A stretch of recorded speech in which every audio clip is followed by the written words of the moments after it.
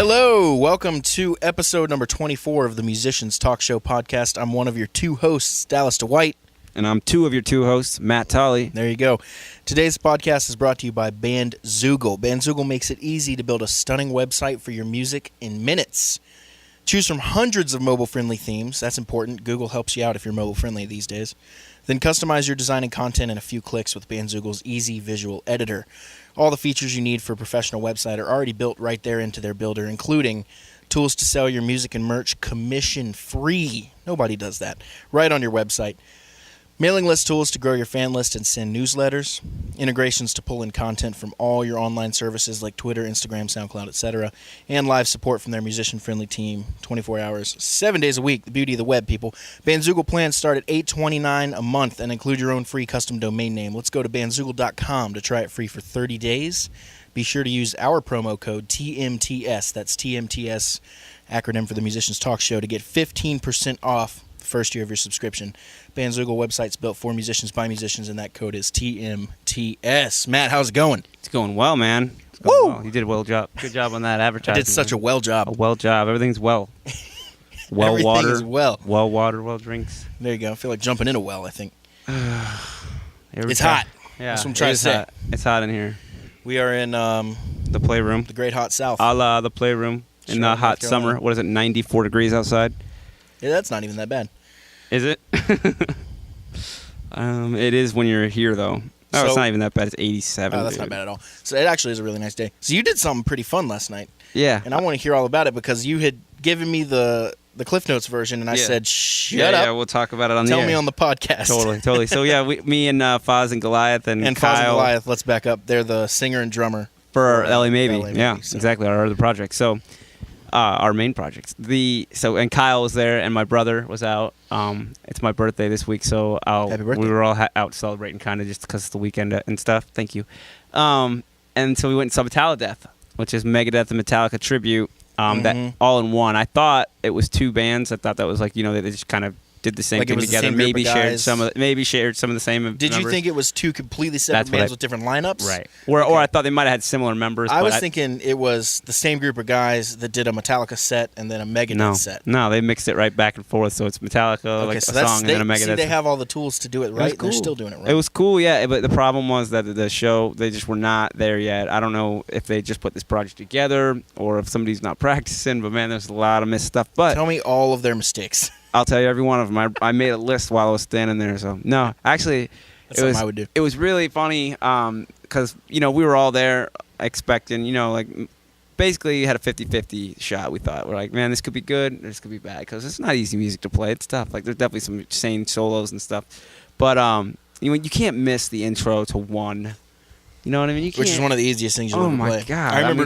mean, I never really learned that song, but You I remember a stumble on bunch it. of up and coming guitar players when I first picked up the guitar. Right. Everyone was learning that song, Right. and it was to the point that it was annoying, and I didn't even want to. I was really confused at what was going on.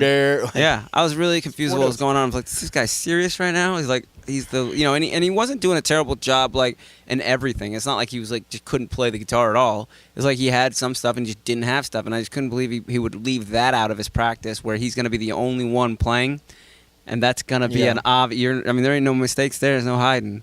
So, and he messed up the whole thing. How were the drums? How were the bass? How All were the right, here's the vocals? thing. The drums and the bass guitar were killer, and they were like the Megadeth guys. So the drummer had like a big Megadeth kit with the radiation symbol, Okay, so radioactive symbol. yeah, this is a joke tribute band. Yeah, It's so not think, really well, it's just an interesting mix of guys that like both bands, and they're very similar in music style, obviously, so Okay. they're easy for, and I just think that that's what they get on with, and I think the bass and drummer were like, let's be a Megadeth tribute band, and the guitar players were like, nah, man, Metallica's where it's at, and, but what Let's be a turns out, Metallica tribute band so I can miss one. Right. So here's yeah, exactly. And that was the weird thing about it. So, but the bass player and the drummer, killer.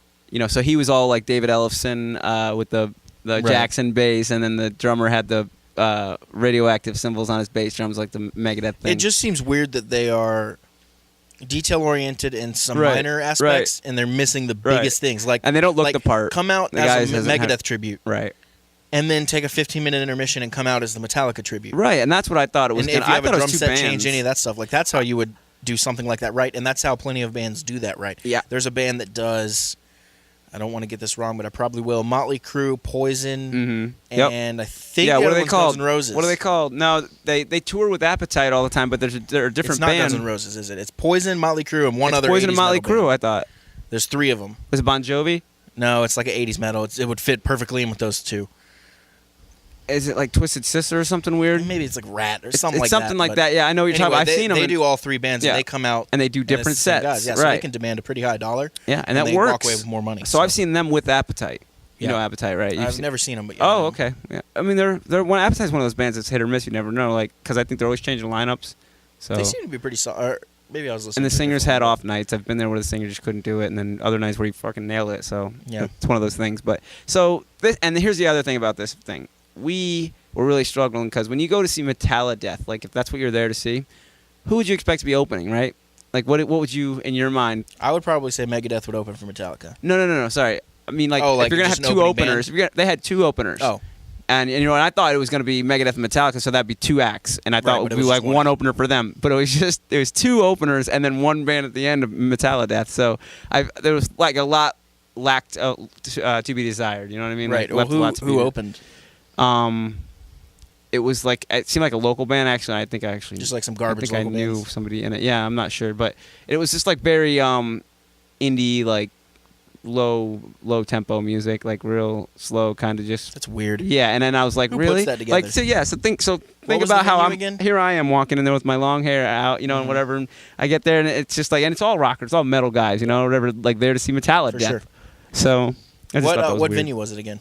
The Rabbit Hole. That's right. Great venue. I love that place. Now they've split it apart to Jackalope Jacks is the other half of it now. So Oh my God. yeah, but it's a cool little spot. I think the names were weird, but cool little spot. It's connected, but also separate. So now when you go to the other side, so when I did to escape, you know, the music that I wasn't into, I just went to the other side, played some foosball, and hung out over there.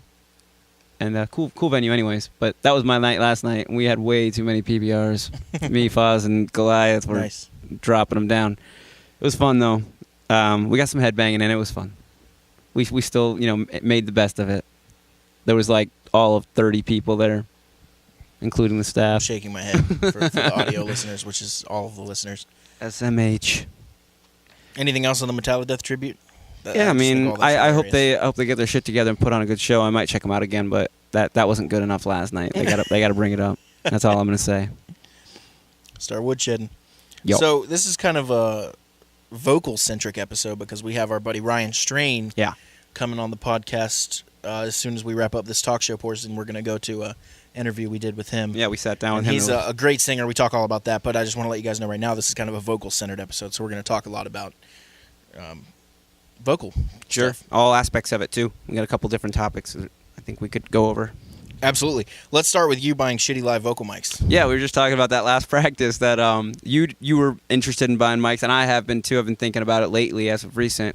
But I've always only ever bought shit mics for practices, band practices and stuff, because we don't have a good PA anyways. Right. I've always Well, had now like you do. one active monitor. Right, now we do. But I always had like one active monitor for years, you know, and I'm just Right. like, well, am I going to buy a $300 microphone to hear through this Yeah, just monitor? $80.58. Yeah. Right. So, so I've always gone with that kind of thing. And to be honest, like there's always mics hanging around. Like I hang out with a lot of people in music, so there's always been mics around, and it's not like been a thing. We've never had like an issue being short on mics, but they've never been high quality. So you just went and purchased a new microphone, and that got me thinking. I mean, I've been thinking about it obviously, but 3 new microphones. 3 new microphones. Well, but if you're counting the 2 we're talking in 5. So I got 2 57s, Right. which we had already talked about. we talked about on the those, podcast. right? Yep. And then we had these really garbage, like 58 rip-offs by AKG, like lowest of the low. You sing into them, and it sounded like you were singing through a blanket. Like, Yeah. So I upgraded those to the Sennheiser E935s. Those are just wired, really good mics, Yeah. really good. I think that's what are all in all the Crisp playroom rental rooms too. I believe that's what they're using Okay, in all the rooms. E935s. It's Yeah, like I a need to really check. reliable and high quality mic. yeah, they're so. they're the Sennheiser version of the 58, but they're much higher quality. Yeah. Really just crystal clear singing, easy to EQ, all that stuff. And then I bought the Big Daddy. I got the wireless 945, which is the new Yeah. one that came out. Yeah, which is really cool. And that You guys just that's tested it for the our other lead day. singer, and we tested it, and that mic is insane. Yeah, you guys were walking That thing around the whole sounds so playroom good. all the way yeah, across okay, that. so yeah, well, I'll talk about that too. I had Absolutely. your wireless in-ears. I had your pack Yep. that I was running. That's the Shure. And Goliath had the Sennheiser mic. and we both did a full lap around the playroom, which is the size of a Walmart for those of you Yeah. that Yeah, exactly. maybe It's like thinking of a something. Walmart of rehearsal spaces. It's a Walmart. So we have our room here, but there's a ton of rooms here. Right. So I don't want you to think it's just like a little and a rehearsal studio space. and music studio and rental space. and so. two big like hourly rooms. So Right. anyway, it's like the size of a Walmart. So we walk around the whole perimeter of the inside of the building, like all the hallways, and it didn't drop out. When we got to the very far corner, like when he would talk, there would be like a burst of light static. But you could have done a show. Yeah, that'd be a big Easily. stage. That'd be a there's big no old stage that would be anywhere close to that big. Yeah. Now the issue you might run into RF issues when you show up and there's Everybody's stuff interference going on, and stuff. right? Yeah, right. but even if you're standing right next to it, it might not work. You know, I've definitely encountered that stuff, and that's really frustrating. yeah, definitely. When we did the Journey gig, the bass player, the wireless system he used, it never worked once live. So It would work in rehearsal, but it would never work once live. Anywhere we went, Did you we could never get it to work. Yeah. Don't That's know why. crazy. That's crazy. Did you ever cross check to make sure that the that it wasn't the microphone that was cutting out, or if it was the pack cutting out? No, I didn't test it. It didn't 'cause cut out. somebody here. Oh well, like you said it got a little. What You're did you talking say? about When- just like a little bit of static. Static, okay, and that was in Not your much at in-ears all. only, or was that, That was in my here ears. too? I don't know. Because It's I wonder more if it was in the mic or the in-ears. Because Yeah, you're testing it could have two been either one, long-range but- wireless. I mean, things. we were on one side of the hallway. If we were on the complete other side, so going through this room, Yeah. through the next room, as far as you through can all go. the other walls, Yeah, as far as you can go. it was just fine. That's crazy. At least in my ears. Yeah, and they're great. I've been no And the problems mic is with them amazing. It's with crystal. I the mean, he's in-ears. in Goliath singing the stuff now, and it's just crystal clear. Yeah, the clarity's that's great. awesome. The battery's great. The signal's great. Obviously. Would so. you consider recording in that mic? Not a wireless version, but probably not. No, not nothing like that. No, Not even live backing use. vocals or anything. No, I mean, because if you have studio mics, use studio mics. Yeah. And I have way more studio mics than I do live mics. Yeah. So here's what I'm considering. I'm considering the Telefunken M80 because I have the AK-47 is the tube mic. Isn't an M80 like a grenade or something? It's a I think it's a firework, right? Oh yeah, there you it's go. a firework. So it's like a firecracker. But anyways, that's the name of the mic, and it's a live mic by Telefunken, and I really love the way my voice Yeah. sounds through the AK-47. It has Yeah. this like tone to it that it works well with my Wait, there are voice. other ones called You the know, AK-47. That's the one that I have, the tube mic. So that did I they have. name them all of after like weaponry? Good question. Telefunken is what is that, German? Definitely. Maybe they're trying to tell us something. But AK-47, I believe, is a Russian gun, right? And I know they have the M16 too. I think I'm they maybe sounding like a complete but idiot right now. well, I don't think it has to do with that because like M80, I don't think it has anything to do with like weaponry. probably it's not, it's but still, fireworks. that's It's just funny that it's called explosive stuff. But yeah, the Telefunken. I mean, what does that M80 It almost run? sounded like you said telefucking because you said What it is- so fast. Telefunken. The Telefunken. What does that M80 run? 250 to 300, I think. See, And I don't there's know a couple if that different would be- colors. and this is just for a live dynamic vocal mic yes, condenser, maybe. correct. I don't. And if you're asking me, I don't know if that would be worth it because you can okay, so What it says is that the area around the mic works Mm-hmm. perfectly for musicians who are like if you're playing an instrument at the same time or Right. you're It'll having to like reject the instrument, yeah. and you're moving around a little bit. And it's that's a what better the E945 it's a better does. capture range, I guess, or whatever for you. And I see what you're also, it I forgot what it said as far as where the EQ is. Something about the way the EQ is, and I remember Yeah. reading it at the time and thinking that's probably. And I guess it's all worded to be salesy Mm-hmm. and stuff. And I was like, that's probably what I need. Yeah. I read the sales copy and thought, damn, that sounds good. That is what I need. Are you a singer? Yeah. Do you have a voice? Do you want it to sound good? Do you have a voice? Buy this mic. poor mute people. But I'm thinking, I don't. That's Mute almost singers, that's man, they have to almost use a lot of twice the handwork. price of a brand new E935. Yeah. I mean, I'm wondering Yeah. if you Well, would, what about- if you should save the money and get the E935 So because I don't another know mic if it that would be. we have here is that Super 55 mic. Mhm. That's $250 Okay. for that mic. That's and that, mostly for look, though, but right? here's I the know it's a good mic. But It's a great mic actually, and it is a lot like very flashy. It's the vintagey style grill. for If those you- that don't know, it's right. the Elvis and the James Hetfield one. Patsy Cline. Yeah, Yeah. James Hetfield's a good one too because a lot of people see that. All right, so This is black and red, right? here's the problem with he does have the special edition when they made a limited run of them, and he has a ton of them obviously, but. So that mic though, the problem with it for me is playing guitar with it. You bang your teeth on it. Yeah. It's metal. I mean, I've already like chipped my tooth and whatever. Every time I touch it with it, it makes me think I'm gonna chip my tooth. Yeah. So I always run the foam cover for that too, the windscreen, for that same reason.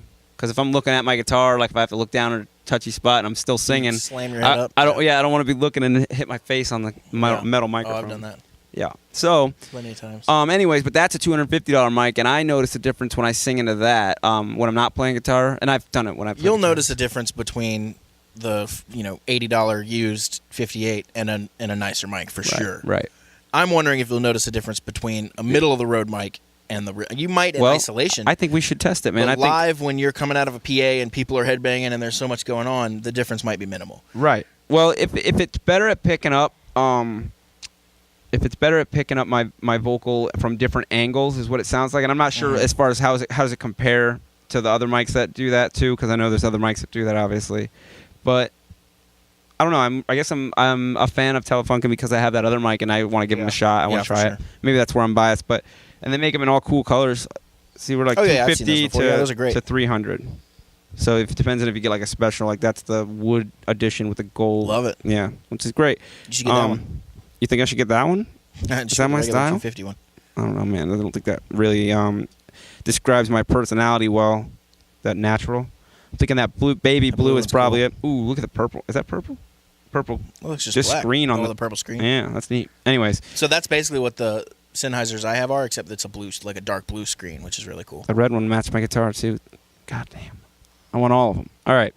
So, anyways, I think I'm gonna try that, and then let's do a little review and see what we get a difference between the Sennheisers and the. That. I'm gonna do it right now. Right now? I'm watching you. All right. Here goes my lunch money. So, what right. lunches are you eating? Yeah. So, you just recently did scratch vocals for your and that's another reason why this album. is perfect timing for a vocal episode. So you did them here. Mm-hmm. Were you in the booth? Yeah. Okay, using the U87, all that. Yeah, the nice mic. So that was great, man. Like, took me a second. I didn't want to waste a lot of time, so the very beginning was like my warm up, but we just did it anyways because it's scratch vocals. Yeah, it doesn't So matter. the first few songs, I was just like, it was a little rough, and I told Eddie, I was like, this isn't gonna be good at first. It's gonna take me a second, and it was fun though. It was good to get it done, and Eddie complimented me. They sound good, better than you're making it sound like they sound. Okay, well, I'm not good at talking about myself, so I never have been. But I think it was good. It was good to get that experience at least too. Now I have in my mind what that room's gonna feel like and stuff, because that's where I want to record it. There's a lot of design and engineering went into that room, and I just want to have it. Oh yeah, I don't want to hear great mics, great gear too. Yeah, so going all out for this one. I'm gonna pay a little bit more for it, but hopefully. I'll just feel I'll have some peace of mind at least in knowing that it was anything there's flaws or whatever, it's me. Equipment is bar none, So, yeah. Anyways, that's good. It was good, man. It was fun. So explain kind of what scratch vocals are and how we so proceed after that. Yeah, all we're using scratch vocals for is so that way when we go to put the actual tracks down, because David recorded the drums and I recorded scratch guitar at the same time with him, so he knows where he's at. He has like a place of reference in the song, like where he's playing. He doesn't get lost or something, and that doesn't matter. We could use those tracks, but we don't need to. We're gonna go back and play the guitar for real. And then on top of that, afterwards, I laid the vocals down to give even people more idea, reference where we are in the song, chorus, verse, all that stuff. And when we play the guitars now, we'll have an idea where we're at, and we can. How like there's stuff that you build, you crescendo into and you transition to. You kind of want the vocals to be there, so even though we've all heard it a million times in practice, it's nice to have it there. And then once all the music's done, we'll go back and lay the real vocals down. So scratch vocals is just for reference. No backing vocals, no nothing scratch like anything is going to be recorded with the purpose of redoing it later. Exactly. Just to get an idea out. Get the idea out. You can mull it over a little bit. It's usually to help other people in the band. Sure. Usually when you're recording drums, you'll record scratch guitars with it. That's a really common thing. Yeah. Definitely helps, because otherwise they're just playing to a click track alone, and that you just get lost. I mean, it's not hard to do. One time, successfully. Got lost? No, recorded the whole album without any references at all. Just played to a click. I believe David could have done that. Shout out Seth. Yeah, nice. Well, I believe David could have done that. I mean, actually, one of the songs we ended up doing one take at least without me playing, because he was like, "Just let me just knock this out." Yeah, and it wasn't He's been comfortable with him for a while. Exactly, and he's just a sharp individual, and he really pays attention to where everything's lining up and how things work out. He's very talented, and the tracks sound great so far. Yeah, I can't wait to work on them, man. The drums are still unmixed. We're just using them as you had talked a little tracks. bit about perhaps taking some vocal lessons. Yeah, and I was just talking about that with somebody recently, that how much it plays into it. So I had the thought a long time ago to do it, just because I've never had any formal teaching at all, like any kind of coaching other than just talking to other singers, but really not much of that either. So I've always just done my own thing, and I thought maybe I could. I mean, there's definitely some stuff I can learn that would help even just in my own way of doing something. I can still take things from what other people know. Breathing exercises, I think, are probably something I could learn a lot about. I mean, absolutely. Now, what was the You were talking about someone Mm. getting vocal. Yeah, coaching, should right? we? I don't want to name drop or anything like that, but I'm not going to say the name just because. But he's a pretty well-known guy, and he's Local- recording a song locally well-known guy. Internationally, I think. International. No, nationally, not internationally. Nationally? That shit's on the radio, man. Yeah, it's a radio host, but So it's okay, so definitely we like won't a say the local name. It's a station. radio host. That's all Right. we'll say. That's all we'll say. I don't know how far it reaches, but I think Like it's not like Dave Grohl. Like if someone out there you no, made it no, sound no, like no, like no. oh, I'm not gonna name the name. Like I bet people would it's know. It's though. a local But guy. yeah. Like, Anyways, he's a local radio DJ, and he's recording a song. And the producer and guitar player for the song is not going to record the song unless he gets vocal less coaching before they record the song, because he doesn't want to spend hours and hours and hours in the vocal booth with him, burning up time. So it's interesting to me yeah, that I mean, this producer, though, that we're talking about, is that sold on vocal coaching, that it's such an essential thing. I wonder how far it goes. Like, does it I make think you might be reading the situation wrong. yeah? I think he thinks this person needs vocal coaching. I don't think he's sold. I mean, maybe he's Well, sold I think on he's vocal working coaching, but- specifically on the song, though.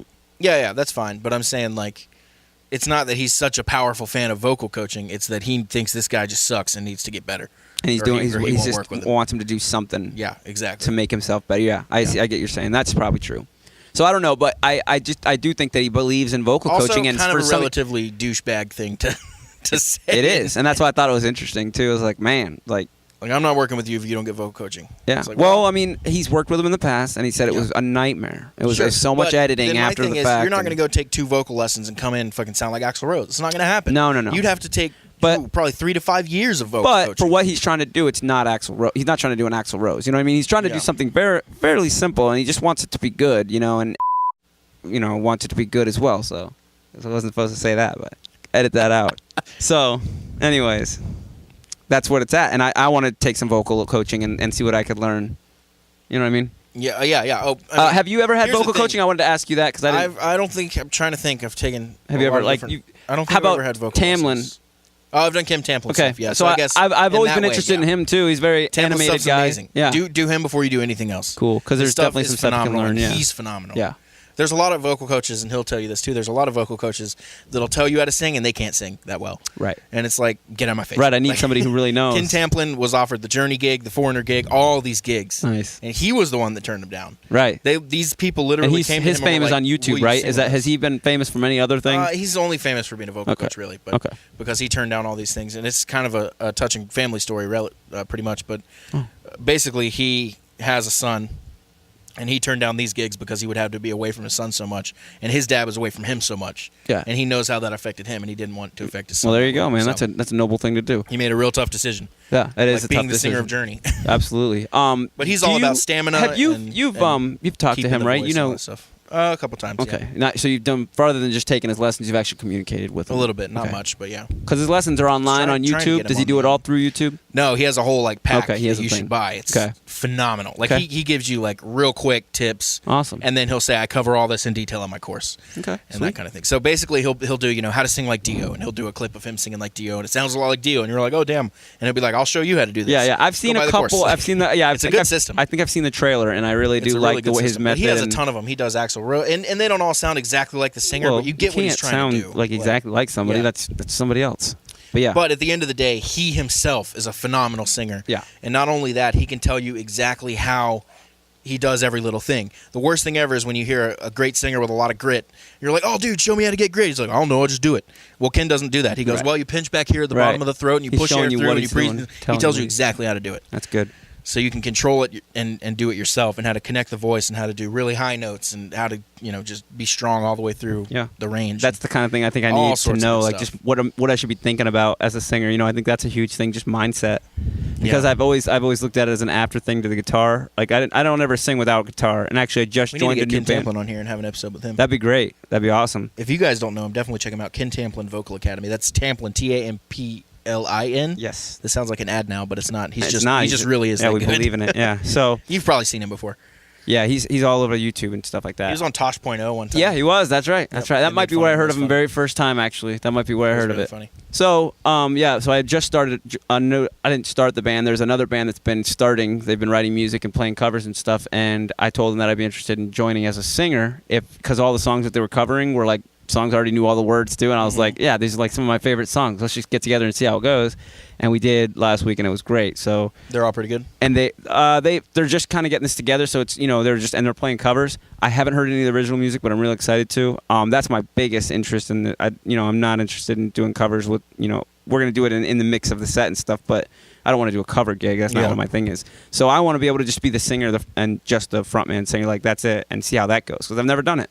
And also, if I'm thinking about doing something like that, then vocal coaching could really come in handy. Not to mention when I go to do these vocals for the record. Absolutely. I would recommend buying Ken's thing because it's a one I think you one-time talked me payment. into it. Yeah, And I have some stuff I can probably give you as well. But that'd be great. Anything. as opposed to like a $100 a month with some local Right. lady or something, Right. And then you- sings opera and it's like telling you, it's like I don't give a fuck. Right. You need somebody that's But direction Ken towards- tells you like you hear him sing. He's a rock singer. Right, he is. and he's like, here's how you sing rock. Right. Exactly. And like you said, he It's could not like do the Dio. He little can do old lady tinkering away at the Right. piano. Like, all right, let's do it. Right. And that stuff is, while it could be helpful, I've never done those kind of lessons. if you're using more of a like an actual geared towards what you're doing lesson, like a Ken Tamplin doing a rock lesson instead of just here's vocal lessons 101, and that kind of thing will get you somewhere. But I think the more focused one is the way to go. Yeah. So He especially covers a since lot I've of already stuff. been singing. I've been singing for years, in bands. Yeah, that actually might be worse. Right. Because he says a lot of people that come in that kind of already That's a good sing have point. to relearn a lot of stuff. Right. That they learned the wrong way. Right. So I'm not looking to redo anything of what I do. What I'm trying to do here is just take what I can and go with it, and then I'm gonna just keep doing what I do. I can't change now. It's too late. So Yeah, but I'm saying like if you have ingrained bad habits, Right. you're gonna hit that ceiling. Right. And if you kind of back down and restart, you'll pass that ceiling. But if you just try to, you're not gonna get the progress. Well, what am I looking for though? I don't know. I'm only not trying saying to you be. have any bad habits. I'm only just trying. saying like Yeah. you How about- might realize like, oh, that's something he's saying that I'm not doing. Did you ever hear the thing where James Hetfield, somebody told him that he'd never be a singer? Mm-mm. Oh yeah, somebody told He him thought when that he was himself really, though for a while. The Well, Black he- Album is where he brought out the piano in the booth and started all he that probably stuff. had that mentality because somebody told him that he couldn't sing, Yeah. and it was somebody he respected. couldn't for so long. Well, sure, he was more of a barker, and that's how the Metallica sound was. But here's my point: being the best singer in the world doesn't necessarily. I mean, look at Metallica; they're arguably one of the most famous bands in the world. Absolutely. I mean, way up there for sure. I mean, it's not about being the best singer. Right. It's about having the best songs, having the best, whatever people associate your music with. That's all it has to be. So that to me is like, what am I trying to? in your band though? Dude, exactly. And then Or Axl Rose or Steven you know. Tyler took vocal lessons. I think he talks about the girl that gave him lessons. I think it was on Joe Rogan's episode when he was talking with him, which is a great. I don't remember. Did you was see a long- that? Yeah, I saw. That was the a thing, great that was 3 episode. hours. I don't remember all of it. Right, exactly. But it was like, I think he talked about a little bit of vocal coaching, and I think it's important, and it's something I've never thought about. It's never a bad idea to learn more. Yeah, That comes up all the time on this show. It's Yeah. never a bad idea to learn more. Absolutely. I think there's a lot of that. Like, If you're your worried about mind- music theory, learn music theory. If In you're your worried own about mind. vocals, just take a lesson. Like it's never Sure. going to hurt you. in your own mind, for some reason, you feel like you're going to taint something or you're going to like change something for the worse. But but here's the deal. You're not perfect right now. right. So, Nobody's perfect, like, and you never will be. So you're not that's- messing anything up. You're only going to add to the Right. soup, so to speak. Right. Exactly. So You're and not going and to throw something in that all more of a sudden variety makes is you always suck. better. Like because you'll always still know what you know. right. More You'll just know variety is more. always better too. Like you just Yeah. get like as much as you can, learn as much as you can in That's every one of the in most every idiotic aspect. arguments I've heard Yeah. from people. But It's like, it is weird because it occurs to everybody. I think music at some theory will point, just did you box ever me in, man. did It's you like, ever well, think you're in the boxed beginning? right now. Oh, did you ever think in the beginning, or are you always a true believer of just learn as much as No, you can? I was always starving, hungry. Never to had a learn thought in your everything. head. Never had a thought in your head like, man, I hope maybe I shouldn't learn all this. Never. Okay, Not good. once. That's interesting I've because always been it definitely ridiculously popped up hungry in to my learn head. everything I possibly could get my hands on. Yeah. Which is why I teach so many students that don't have that, and it kind of confuses me because I see where a student could take something I show them and run with it like I did, but Right, they never exactly. do. Exactly. So, but I So you know, what- my teacher would show me one thing, and I would immediately figure out 15 ways to use it. Right. Like while we were sitting there, Right. I wouldn't wait for him to be like, okay, now let's like. I was just like, give me building a on- seed, building on and I'd everything. grow that plant. Like, Absolutely. I know what you mean, I'm and that's still like that. And that is huge for I think growing and evolving. But there's like punk rock. Like look at that as a Yeah. genre. Yeah. They're fast and it's very simple music, and it's not like It it may does. be part of the reason I've never been really into punk too much. Right. Well, here's the thing: it's an attitude. It's more than the Right. technicality of I what think you have musically. to see it live, you know? It is. It's definitely punk rock is all about the show. It doesn't for really sure. translate on a record very Yeah, well. I mean, I like some old punk records for sure, like Black Flag, No Effects, that kind of stuff. I love that old stuff, and I listen to it like a lot. But it's all about the show. It's all about knowing those songs. When you go to the show, we're gonna have a good time. You know, it's gonna be a party, and but the music, as far as that goes, is not pushing yourself as hard as you can go as musically or anything. Like, it's not about that. What it's about is expressing like a feeling to like in an extreme way, really, in a Right. loud, aggressive, extreme way. So it's not. It's just about what you're going for, you know. And if you maybe if you're Yeah, if there's you just are definitely no scared right of or learning wrong way. more, maybe if you are scared of learning more, you're just scared of not liking the same music anymore. Like I'm but afraid. people Maybe change I'm anyway. afraid I don't want to play punk anymore if I Like, learn how to. GNR is my favorite band, but I don't constantly blast GNR. I Right, actually very absolutely. rarely listen Absolutely, to them. right, Like, right. I'm usually listening to new shit. I listen to them on trying to broaden vinyl. my Every horizon. once in a while, I listen to GNR on always trying vinyl. to find new stuff and broaden my horizons, but they always, I always have my favorites, but I actually very rarely listen to them. Right. Well, and that's cool though because you're also preserving it. You know, you're not Yeah. burning it out, which is definitely a problem. Like I think if you really like something Well, I know and you people really go hard whose on it. favorite band is Iron Maiden, and all they ever play is Iron Maiden, Right. and all they can play on the bass is Iron Maiden, right? and all they ever talk about is Iron Maiden, and it made me hate Iron Maiden. Right, there Just you go. being around this Just- person. So it's like, dude, You no, ruined Iron no. Maiden Like, for me. But it was like, hey, why don't you check out this band? No, they're not Maiden. It's like, well, Maiden sucks. So Yeah. it's like, God, dude, so annoying. Maiden doesn't suck. I'm overreacting, but Absolutely. that does annoy me so much. I know what you mean. I can, and also I can not like a band just because of its fans. That's also true. You know, even if the music's okay, and I'm like, but I don't want to go. Like these people, I don't associate myself with. It's a different Right, group like of people. what is St. Cloud Posse? Exactly. That's exactly what I was thinking of in my head, and I'm not That's afraid what to say everyone's that. thinking of. See, Yeah. I can't name a single song. I don't know that I've Juggalos ever is heard what a they're single called. Song of theirs, but I know a Juggalos. lot about their Right. culture. Yeah, and whatever. Like in St. Cloud Posse has some cool songs and stuff like that. Just things get a little weird, man. Like I've seen them at a festival, I think, one time, and so there's a lot of Juggalos there. And nice people. I have nothing, but I just didn't feel comfortable. Something about it, whatever. I don't want to talk down about anybody, but whatever that is, maybe I'm not as weird. I thought I was weird, and they out-weirded me. You've been out weirded. Now I've you're been just, now you're out-weirded. just confused. You're just Yeah. standing there on the sideline confused. Yep. Like, wait a second. I thought I was the weirdo. That is it. I'm jealous of the weirdo. All right, let's move on. It's going to be a relatively new segment. We've only done it a few times. Yeah. You know what time it is.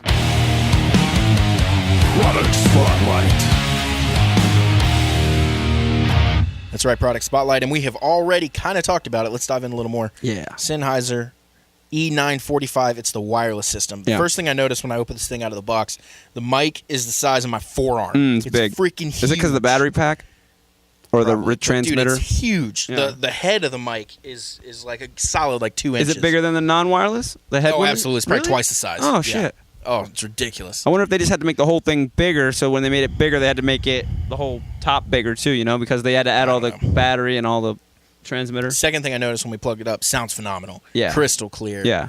And the range, The obviously. wireless range we were talked talking about is, it. is great. I mean, I can't say enough good things. I believe I was going to buy the wireless 935, so the wireless mic we had would match the wired mics Mm-hmm. we had.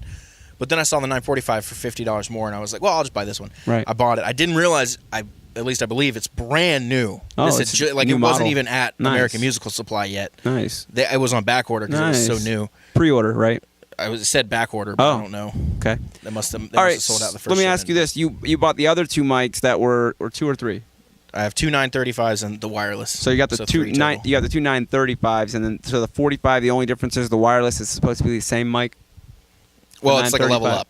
It'd Is be it? like a 58 and a beta 58 kind of thing. So can you get a 945 I non-wireless? don't think so. I don't know though. Okay. They may be working on that. I'm Gotcha. sure they are, but yeah, I didn't see Interesting. any. So And do you notice a difference when I'm you new to sing the into each of them? Sennheiser product catalog. So You know what? I don't love the E9 this 9 that. I don't understand it. I have They the always have reasons 906 for I it, I think just never know for what the it is. the flat one. What's that? The E906 something like that. Yeah, so that's the little flat guitar cabinet one. It works great, and that's got just a little bit of darker tone than a 57. So if you want like a good rhythm I would tone, relate that more to like a AKG 414 or something. It's got that Yeah. flat, yeah, like up against the cab kind of thing. yeah. The sound of it though is like a I haven't heard enough 414s to be educated on that, but I know that a lot of people like them on guitars. I've seen Yeah. them for drum overheads too. They're really expensive, like $1,000 for two of them. Are they? Okay.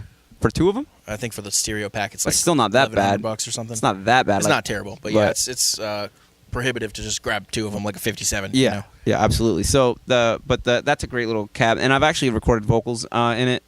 So Yeah. it's a fine You can mic. do that with a but 414 as well. I guess my whole point was Maybe I'm only saying that because it kind of looks like one.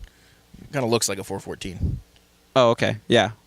Well, the big thing is that I don't understand the models, the way it's labeled. I don't understand where these numbers come from. Are they arbitrary? Are they just adding I them? guarantee they're not arbitrary. I just don't understand it. Yeah, and I don't know. Maybe I need to do some Like, research. for example, I 'cause- have Taylor 214 CE. Well, you kind of know where those come from, though. Kind of, they mean, but I didn't. I never knew it. I just always memorized it. And then you or someone told me the C is for cutaway and the E is for electric. I don't think So- I told you, but I knew so that. you know it's the 214. You know what model it is. That's the 200 models. Right. You know it's got the cutaway. You know it's got electronics. Right, and the numbers usually represent I the still don't know what quality. the 14 is, like the but- one they usually represent the quality, and it could either. And the crazy thing is, I think the some brands do it like where the low number is the higher quality one, and some brands do it where the high number is the Yeah, higher it just quality depends one. on brand. It Like, depends. like I think the highest Taylor goes, they have a 8 or 9 14. Right.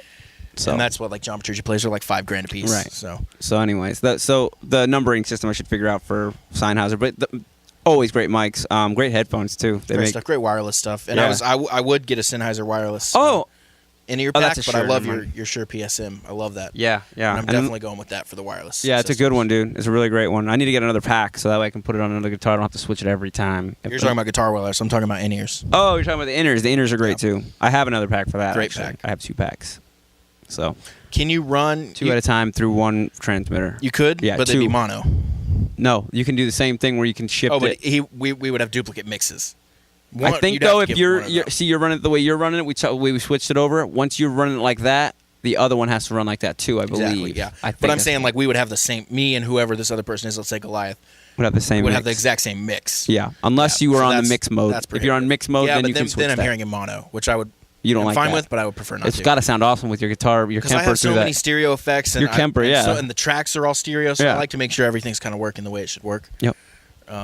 Yeah, so I have a ping pong delay on my Yeah, lead, and so that when I comes hit it, in it your goes stereo in dun, your ears, left, yeah. right, left, right, left. and Instead it's- of hearing your guitar in one feed and it's coming in mono, and you can just change the level of it. That's the other option. That's Yeah. called mix mode. everything is with mono, it's like everything's coming down the center right at your face. Right, and you're just you know? changing the levels It's kinda of your like, 2 oh, God, this inputs, feels like and you're just getting hit changing by a the truck. level of your inputs. That's Yeah, all you're doing. exactly. So yeah, interesting. That's a great little system. It's good for we're some talking people. about the Shure PSM 300. We got way off track. This is the Sennheiser wireless E945. That's funny how we did that, but So easy to set up. I literally plugged it in, turned it on, turned the mic on. It was done. sweet. That's always helpful. It When comes something with the just- rack mountable thing, which is nice. It's got you can't even see it, which I love. But the right side of it, it's a half rack. What is so that? you see the unit. came with that? It's the white screen in there. You see that? Yeah, and you came with the half it came rack. with the rack thing. So you mount it in, but the left side of it is blocked. It's like a metal plate. Right. It's not just open. Right side. Right side. Sorry. Yeah, the right side is a metal plate. The left side is the unit itself. Yeah, so it came with that extra plate. That's really Yeah, cool. so if you get 2 of them, If you get 2 of them, you put could another have- one in there, yeah, but- exactly. That actually is a different rack mount unit that you have to buy, but That's it very gives you cool. one to mount one, so that's nice. Very cool. Yeah, I might look into something like that. A wireless mic. That'd be cool. And it's really great because we come into rehearsal and we set up every time we're here, and now we don't have to set Right. up. Turn his it mic at on. all. He just turns it on. He's Yeah. ready. It stays in the back Stays of the set up. It mixer. stays plugged in. Everything. Yep. Cool. How's that input on the back of that thing? Is it a big port or what is it? It's just XLR. Is it like okay? So it's a Yeah, little just pod. XLR, just like you'd plug a normal mic in. Cool. You just plug instead of plugging into the mic. You And plug it's a it into transmitter, the though. Unit. Yep. Oh no, it's going into that thing. That's right. Okay, Yeah, it just gotcha. goes in the back Yeah, of that. duh. Nothing touches the mic. Yep. Excellent, Cool. man. Good product spotlight. I'm very, very happy with this purchase. That's awesome. Kind of took I want a to sing gamble to it on a little bit. I'm yeah, feel free. Just I might it's do it always today. hooked up, so whenever you're doing it, just grab it. All right, sweet. Let's move on to our next segment.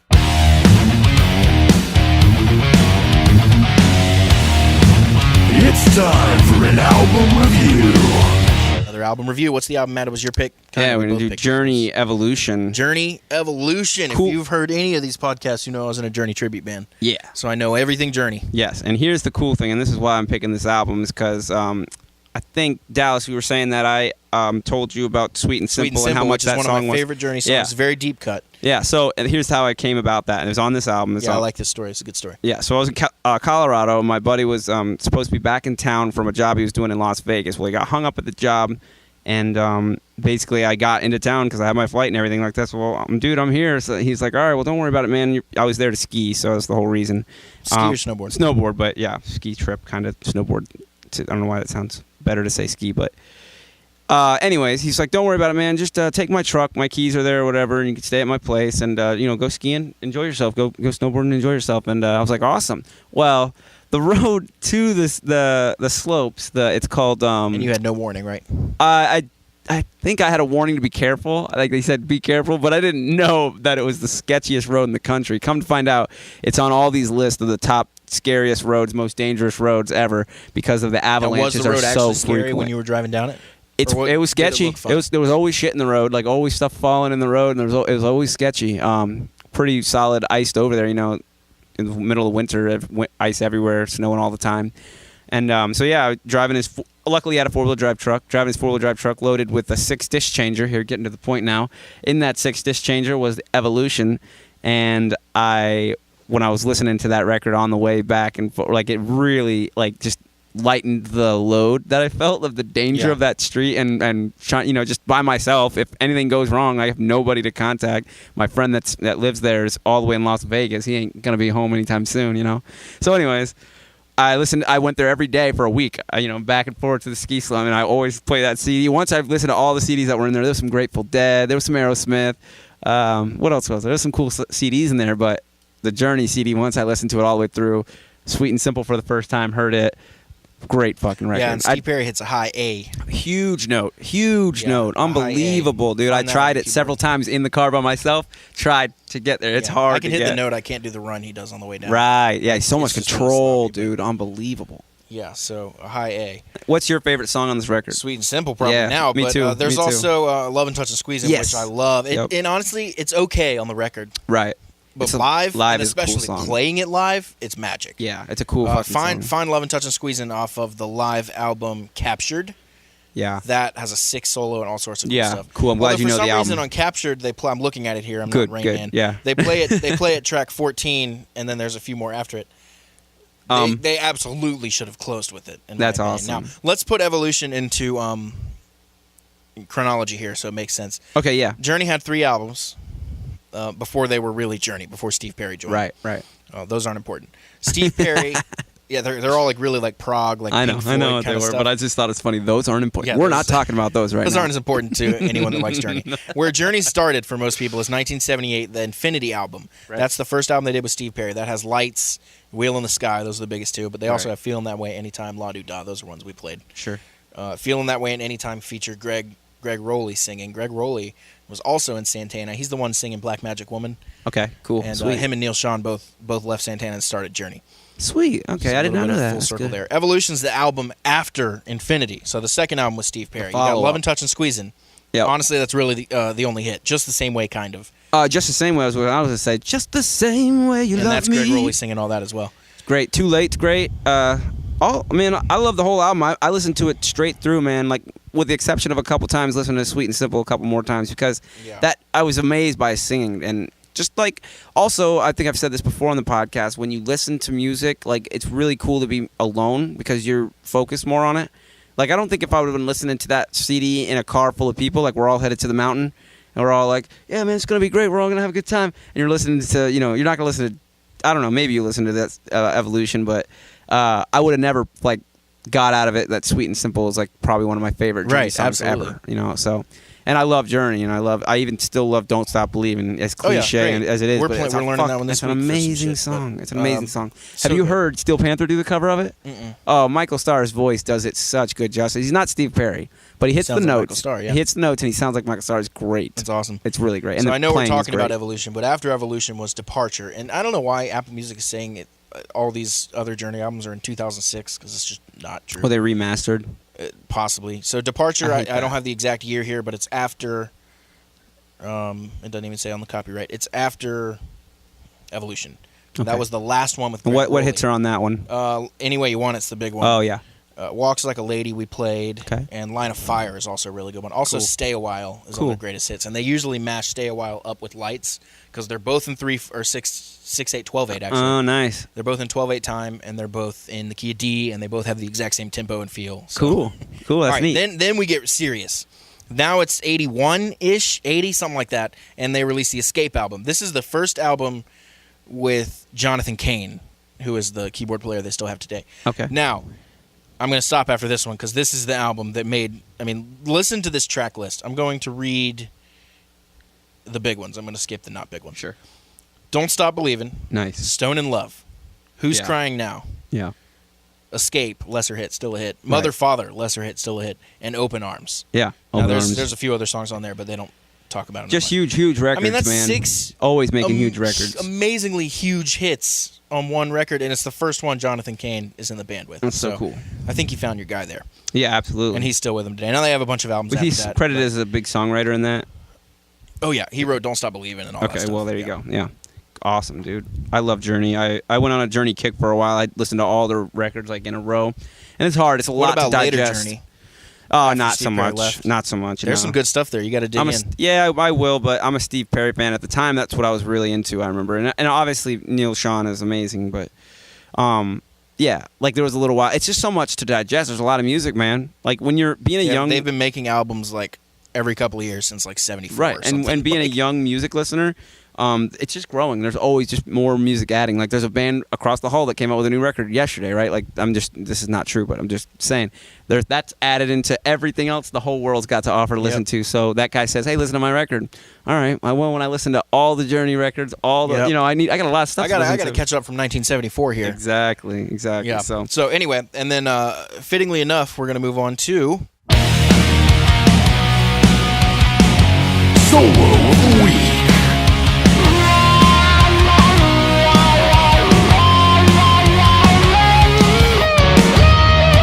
Solo of the Week, and I picked Lights yeah, by perfect. Journey. Perfect.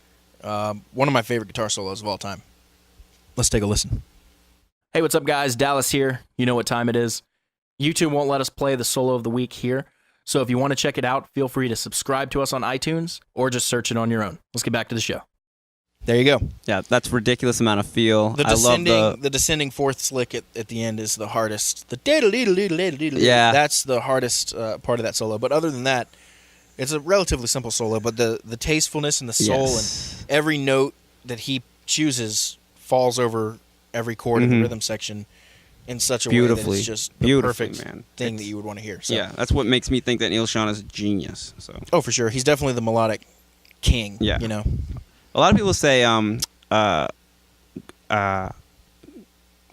Pink Floyd's guitarist. What am I? Paul David Gilmour. David Gilmour. Jeez, why was I thinking Paul Gilmour or something like that? I don't know. Anyway, David Gilmour. They say him too, like in the same kind I of would way. say Neil Sean more. I would too. more so than That's David what I was just Gilmour. gonna say. I'm gonna give Gilmour's it to Neil great, Sean. and I love Gilmour, but I just personally like Neil Sean better. Me too. A funny story, and I may have told this on the podcast already. I've told And I this love story all Pink the Floyd, time. obviously. Michael Bolton has a cover of "Sitting on the Dock of the Bay." Nice. Is that and killer? I like that song, and I'm listening to I the do cover too. of it, and I'm like, "This is a great cover."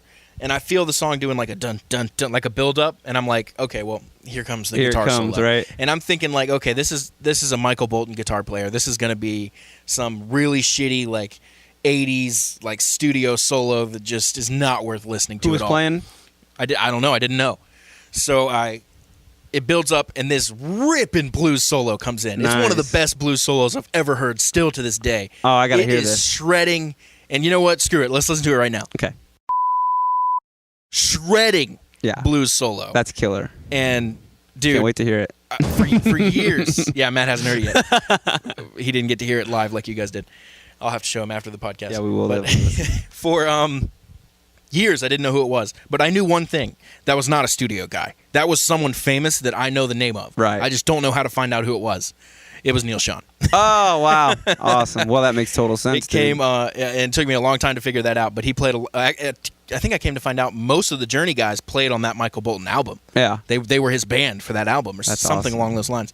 But That's yeah, Neil awesome. Sean, and this solo rips, dude. I'll show it to you in a second. That's The other killer. people heard it and they know, but That's they know killer. before you. Isn't that funny? Well, no, I know. You'll Listen, I know- know internally. you'll know before they know because this comes out tomorrow. That's true. But you won't be able to say Suckers. anything about it. So Yeah. sucks for everyone except me. I'm the only one that knows it. Yep. Anyway, let's wrap this up. We're gonna go to our buddy Ryan Strain. This interview was recorded a few months ago. Yeah, it was a good talk And, about vocals. So, well, and let me stuff. say how I know Ryan Strain. I've done a lot of production work for Bruce McKagan. I don't know if I've ever said this on the podcast. It's like a weird I don't want to name drop, but also it's I not know. really name dropping. Yeah, I know what It's you like, mean. anyway, I worked for this guy, Bruce McKagan, whose brother is Duff McKagan, the bass player for GNR. And I do a lot of his production work whenever he needs recording and stuff. And So he's related. He knows Ryan. This is a complicated relationship. Stick with me here. Bruce's. Oh, see, I don't even know if I'm going to get this right. Bruce's granddaughter has a baby with Ryan, but they're not married yet. So they're engaged. Okay, gotcha. So soon to be grandson-in-law, I think. Gotcha. And actually, at this point, maybe grandson-in-law. Wow. Cool. Is that what that would be called? I guess I don't really know how that works. That's how I got connected with Cool. Ryan. Ryan's a phenomenal singer. He Yeah. sings all over Bruce's and stuff. he has a great YouTube. Yes, page where great YouTube page which we'll put up for you guys to check out. Yes. Great singer, great guy, great interview. Let's check it out. So we actually met through a mutual friend, Bruce McKagan. I know it's a distant relation, but you guys are related, right? Through almost marriage, not quite yet. Gotcha. Okay, are you engaged? Yes, I'm engaged to Bruce. No, his He didn't. granddaughter tell me that. Robin. Yeah, his granddaughter Robin. We're engaged. Okay, well that's great. Congratulations on that, man. Thanks. So we actually did some work, or rather, you contributed some vocals to the musical that I co-produced with him. What was your experience like with that?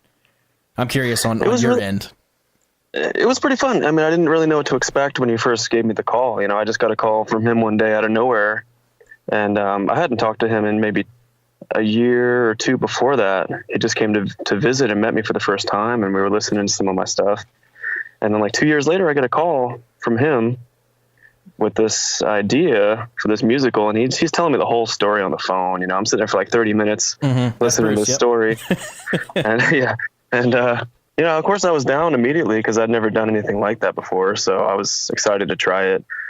And then when I heard the song, I thought it was perfect for you know, something that I don't know, it was perfect for me, I guess, because it needed that kind of rock voice. Absolutely, yeah, and you killed it, by the way. And unfortunately, the Thanks. listeners won't be able to hear any of this stuff until it's released. But I mean, Yeah. it's fantastic stuff. And you have a very like musical, like Broadway kind of singing voice, and then you also, of course, with Rico the Subliminal, have that, you know, metal voice that's so sought after now. Yeah, I kind of do both now. You know, because I did metal for so long. I started out doing like covers and stuff like that, and then I don't know. Over the years, I've always been called to sing more, and I've been practicing that more, and you know, singing along to stuff that I don't normally do. Like I did a lot of opera last year, and some gospel and pop and stuff like that, and I kind of learned some new things that I brought into my metal vocals as well. Cool, getting a variety. Very cool. So, what kind of singing warm-ups or anything would you advise listeners that are attempting to become singers? What would you advise they do to kind of get the voice warmed up and ready to go? I would advise to not do what I do and not warm up at all. You know, that's always been something that I've never done, honestly. Like I find that it's easier for me to just wake up and go straight into it. Like if I have a song that I need to record that day, I wake up and I sound better when I just go straight into doing it. If I try to warm up, you know, it just kind of wears me out too quick. But that's just my own personal experience. Yeah, I mean, that probably means I'm doing something wrong, but, you know. Well, it might be something that's- to be said about preserving, you know, for the first take. You know, you're not. Yeah. And that's pretty much just for like the metal vocals, the screaming and stuff like that. As far as singing goes, you know, I save that for last. So my warm up really is my metal vocals. And then when I go to do the singing, then I'm already warmed up, Okay. you know, so I don't really have to do warm ups because, you know, my voice just gets warmed up by being used. Yeah. I think a lot of people have questions about screaming technique. Could you talk about that a little bit? How you get the voice that you need to get for your band? Yeah, I mean, I've done some tutorials in the past, and they're mostly not correct anymore. You know, it's still something that I'm trying to figure out how to communicate to people, because it's just one of those things I found by accident. You know, I started listening to music that had those type of vocals, and it was something new to me, and I wanted to mimic it.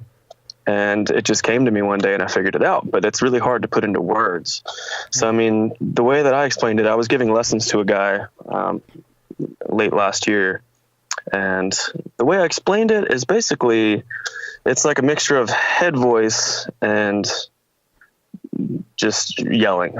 So I mean, if you sing like in your head voice, you sing like falsetto basically, but you push really hard and you mix it with like a yell, then that's basically what I'm doing.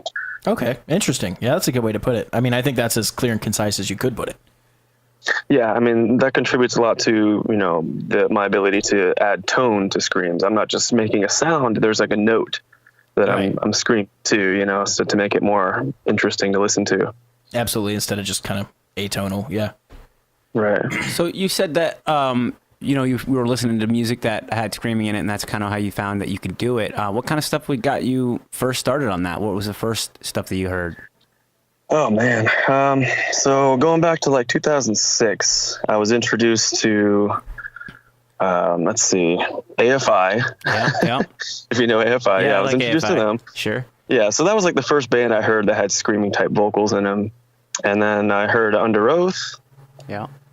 and just various bands, Killswitch Engage, and then Soilwork was probably my first metal band, like real metal band that I got into, and they're still my favorite to this day. So That's awesome. I was just trying to get a feel for what, so the listeners can tell kind of like how you got, what turned you on to that style, yeah, I think the biggest influence for me to actually get started was when I've discovered the band The Devil Wears Prada. Mhm, I think Back that was in the 2000. gateway for a lot of people too. Yeah, 2007, 2008. And honestly, it's because he's kind of bad. So when I first heard him, I was like, hey, he's kind of bad and he can do it and people like him. So Yeah. I can be bad too. Absolutely. You Yeah. can do it, You I know? can. Yeah, so I mean, I practiced along with him and did stuff. I did a lot of covers of their songs and stuff, and then I just kept getting better over the years. And eventually, I lost interest in them.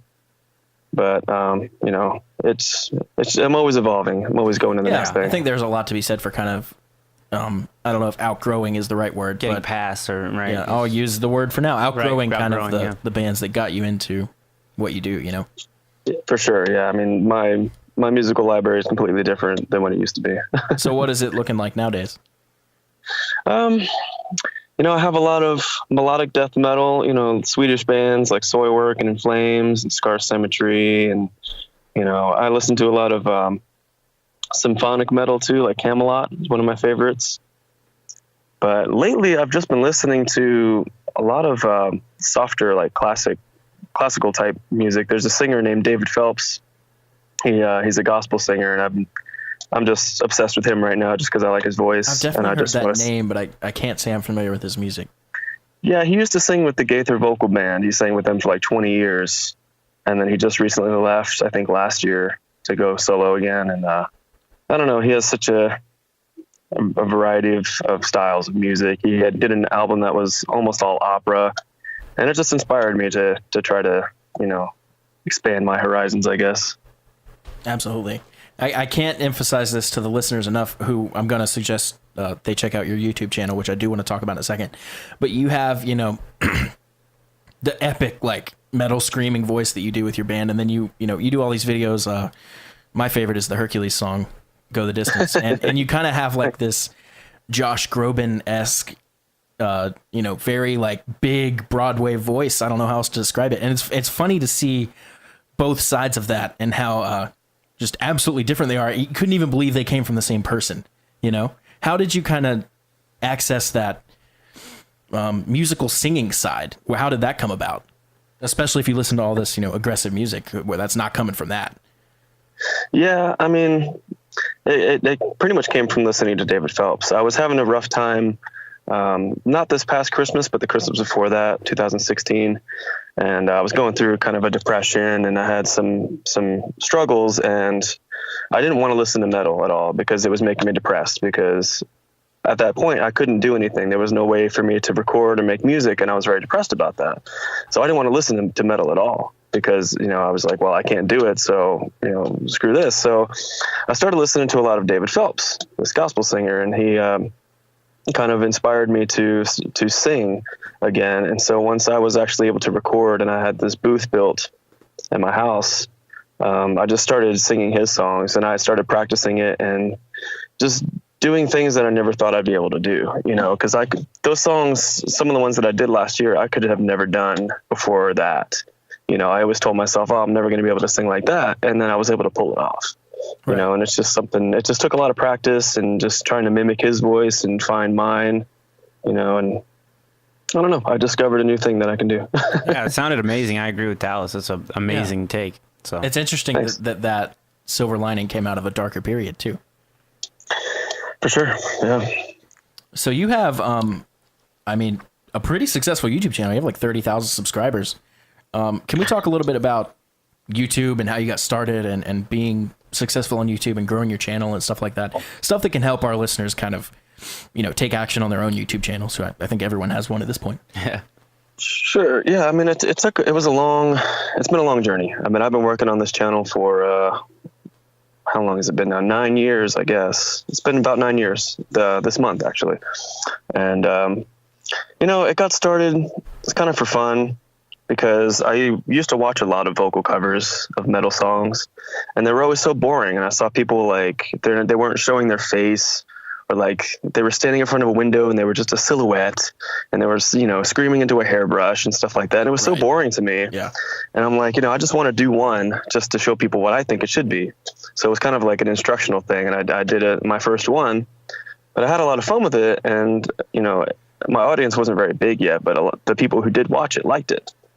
So then from there on, I just kept doing more and more, and just, songs that I really liked and that I felt an emotional connection to, I would cover those songs. And, it was just good practice. I had like 8 good years of practice before I got up to, really getting into making original music.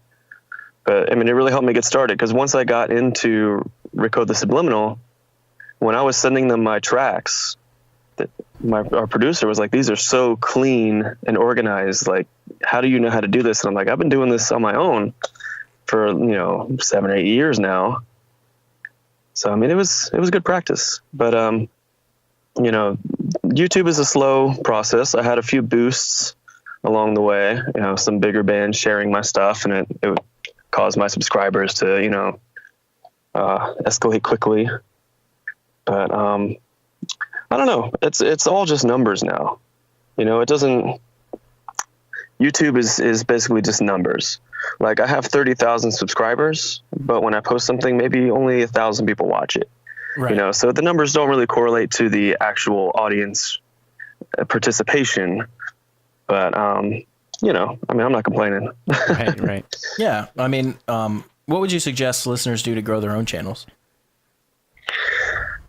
Just keep it interesting. You have to post frequently, and just make sure that you're posting stuff that's actually, real and entertaining, and you're being yourself, and you're not trying to be something that you're not. I mean, a lot of people, they get famous by being something that they're not, but, they don't last long.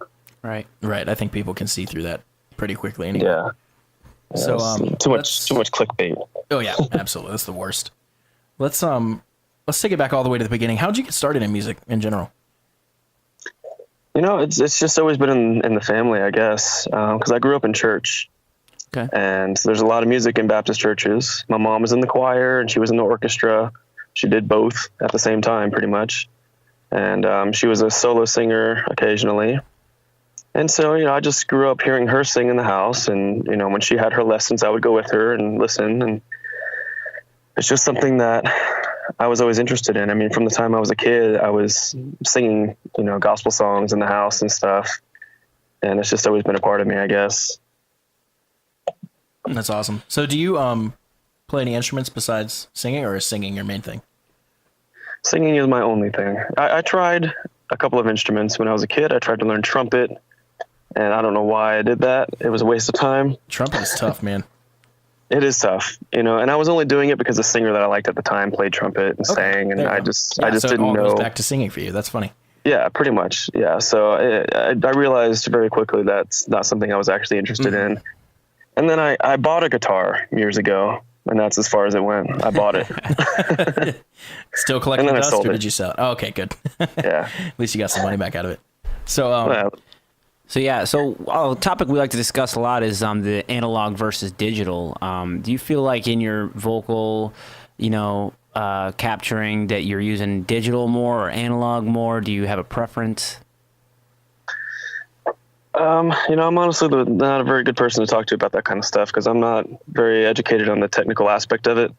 I just use the equipment that I have and I just do the best I can with it. Okay. So, What kind of equipment do you have, out of curiosity? my microphone is a Rode M3. Okay, cool. We were wondering. And- We saw the mic in one of your videos, and we were like, "What mic is that?" Yeah, that was recommended to me by my producer in sounds Recode. Yeah, I'm happy with it. It was, I don't know how much it cost because it was a Christmas gift. Nice. So, The best. yeah, The best so kind. I got lucky. I got lucky with that. And then my interface is a Scarlett 18i8, I think is what it's called. Yeah, I love the Scarletts are great. That's what we're running here. Yeah. Yeah. Super affordable and really good preamps, and always. I mean, it's just so solid. If you have a Mac, it's just plug and play. So I mean, those Focusrite's interfaces, like, can't recommend them enough. Yeah, and I actually got that through a trade. I traded something that was way worse. So yeah, I lucked out on that one too. That's awesome. What DAW are you running? You're running Pro Tools, Cubase. I'm using Reaper right now. Okay, cool. Yeah, Reaper's good. I have several buddies that use Reaper. It's easy to me. I've tried to use Pro Tools and I've opened it up and I look at it and I have no idea what I'm looking at. So I would just. It's a tough pill to swallow at first, for sure. Right. I had to, when I was learning Pro Tools, the very first time I used it in 2012, I did what you did. I opened it up and I looked at it and I was like, what the hell am I looking at? And got up and walked away. And then I decided the next time I sat down that I was not going to get up until I did at least one thing that I wanted it to do. Like, create a track and record a vote. Like, whatever it was, I was not getting up until I made that happen. And then same thing for Photoshop when I tried to learn Photoshop, which that's an equally difficult beast. Oh yeah, I don't think anybody actually ever learns Photoshop. Yeah. There's so much to it. Yeah, it's same with Pro Tools or any of these other Right. programs. So let's talk a little bit about Recode. Can you tell us a little bit about the process for recording the latest album? Yeah, it was a little bit rough this time. I mean, it wasn't as rough as last time when we did our first album, but this time so it the was cost just of every man. So you've been in the band since the beginning, right? yeah. Okay, cool. Well, pretty much. They had a singer. When I first came into the band, the first album was pretty much halfway written by their old singer, and then one day he just disappeared. Like, nobody knew where he went. He just stopped talking to the band and he was gone. So they had this half of an album sitting around for like 2 years before they finally contacted me. So I came in and I rewrote a lot of the songs and just tried to use the least amount of the stuff that was already there. Right. But was that kind of out of respect, or was that just because you didn't like it, or? it's just I wanted it to suit my voice better. Okay. He had a higher singing voice and a different style of vocals. But And I'm looking at it right now. By the way, the album artwork is phenomenal. Yeah. yeah, that's Tullius Hewer.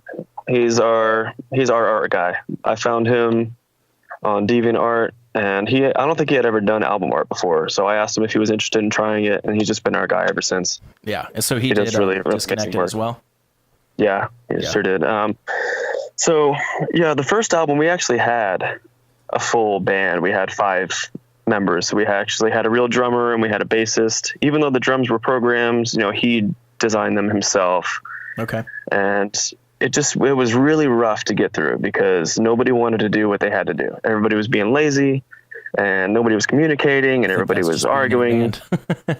Right. And it made us all so sick by the end of it. I'm like, you know what? I don't want to do this anymore. So we took a break and, we were on a break for about a year and then, and now it's just the 3 of us. It's me and the 2 guitarists. So our lead guitarist, he records all the guitars and he does all of our production and the mixing and mastering and all that. And then the other guitarist, Devil, he programs like all the orchestration and, the sound effects and all that stuff. So, I mean, it was a lot smoother this time because we had less people, inputting their opinions. But, we still had our fights. We had our disagreements over certain songs. And, there are times when I was kind of lazy and I didn't want to re-record things or add things to the song. And they would fight me on it. And then I would always, be glad that they did because the song would turn out better. Mm-hmm. Right. But, it was pretty smooth. I mean, it was pretty even, Yarrow, our producer, he wrote pretty much half of the album. Devil wrote the other half. And, we had a story in mind already before it started, and I just wrote, from the first track to the last track, and it was rough, but I made it through. That's what counts. So let's talk about your approach to writing lyrics. How did that go for this album? It sounded like it's kind of a concept album in some way, right? Yeah, it's a story. It's based off of the Deus Ex games, and it's actually specifically based off of a trailer that they released for the newest game. It's like a side trailer. It's not really about the story in the game. Mm-hmm. So the side trailer had a story in it. So our guitarist Devil, he was inspired by that. So we pretty much followed the story like very loosely, but I made the point of not actually watching the video. I didn't want to watch it. He just told me like what it was about. So then I wrote it from beginning to end, added my own things to it. And I had never actually written a story album like this before. So it was a little bit easier because every song had its topic already. Right. You kind of had a specific box to write in. Yeah. Right. So I knew what was happening in that song from the beginning to the end, and it was a lot easier because normally I hate writing. I'm not very good at it. It's not my strong suit, and like on the first album, every song was a different subject. It was, some songs were political, some were, about social issues or whatever. And I just struggled, and I get kind of overwhelmed when it comes to writing, and I just get kind of lazy, and I just put down like, okay, these words fit. So I'm not touching it. I'm going to leave it because I hate doing it. Right. Yeah. Kind of just get it done kind of thing. Right. And I hope that changes. Like I want to learn how to write better. I want to, educate myself on how to write more poetically instead of writing so, what's the word? Literal, Yeah, that's the way I always feel too when I write lyrics, is that sometimes I come off a little too literal. But hey, yeah. So how do you feel about delivery? Like sometimes certain words, whatever, may not be what you kind of intended, but then all of a sudden, like the way you can deliver a certain lyric kind of changes, or just I don't know. Can you expand on that? Do you know about or do you have thoughts on delivery and how you want to sing something versus just a lyrical content? Well, yeah, because when I go to write a song, the first thing I do is plan out exactly what I'm going to sing before I even write any words. Okay. So I have the melodies planned out. I have the exact timing of all the words planned out. And even in some cases, I have some vowel sounds. Like I know, okay, I want this word to sound like the word away. So it kind of helps me to get started because I could say, okay, well, I want this sentence to end with away. So what would fit here? Right. So, I pretty much plan out what vowel sounds I want sung on which parts before I even start writing. Oh, cool. Awesome. So what can we expect from Recode in the future? I know this just came out, in the past couple weeks, right? It's very recent. Just came out 2 days ago, actually, on the 1st. Oh, wow. Okay. Yeah. That's awesome. So what can we expect from you guys in the future? Hopefully more albums. I mean, we're staying a studio band for now. Okay. Because we don't really have the capabilities to do any live shows. I mean, one of our guitarists lives in the Czech Republic, the other one lives in Slovakia, and I'm here in America. We just don't have the money to do that kind of thing. But, we want to keep going, and we just enjoy the process of making music. That's interesting. Could you talk a little bit about working remotely like that? It's, technology has made it very easy. We all do our own thing, and especially because all the guitars are recorded by our producer. So, our other guitarist, Devil, he'll write the songs like pre-production with his guitars, and he'll send them over to our producer, and then he'll re-record everything. And then for me, I wait for the tracks to be finished. I record all my vocal tracks, send them all, in separate files, and it's pretty easy. I just make sure I let them know, like, hey, in this part I want this kind of effect or whatever, but I usually trust him to do it right. And it was a very smooth process this time. That's awesome. So for some of our listeners that may be working remotely and struggling, what tools can you recommend they use to make that easier, transferring files and such? I think Dropbox is probably the easiest way. Mm-hmm. It's free for anybody. You can make a shared folder and just put stuff in there, and it updates instantly for anybody who's joined on it, and it makes the whole process really smooth. That's awesome. Yeah, Dropbox is what we use too. It's great. Got to get on that Dropbox. What do you think about writer's block? You know, it's something that I used to struggle with, and I kind of found a way to push through it. Really? And it's basically just put something down. Yeah. You know, when I'm having That's what writer's we block, had- just Yeah, we had another producer Yeah. say the same thing, although he argues writer's block is not a real thing. So that's a pretty firm argument to take. well, I mean, I don't know what he means by that, because I mean, it is all mental. You know, it's a mental block, and it's just a distraction. You're distracted by what's around you, and you're thinking too many things, or you're thinking too hard.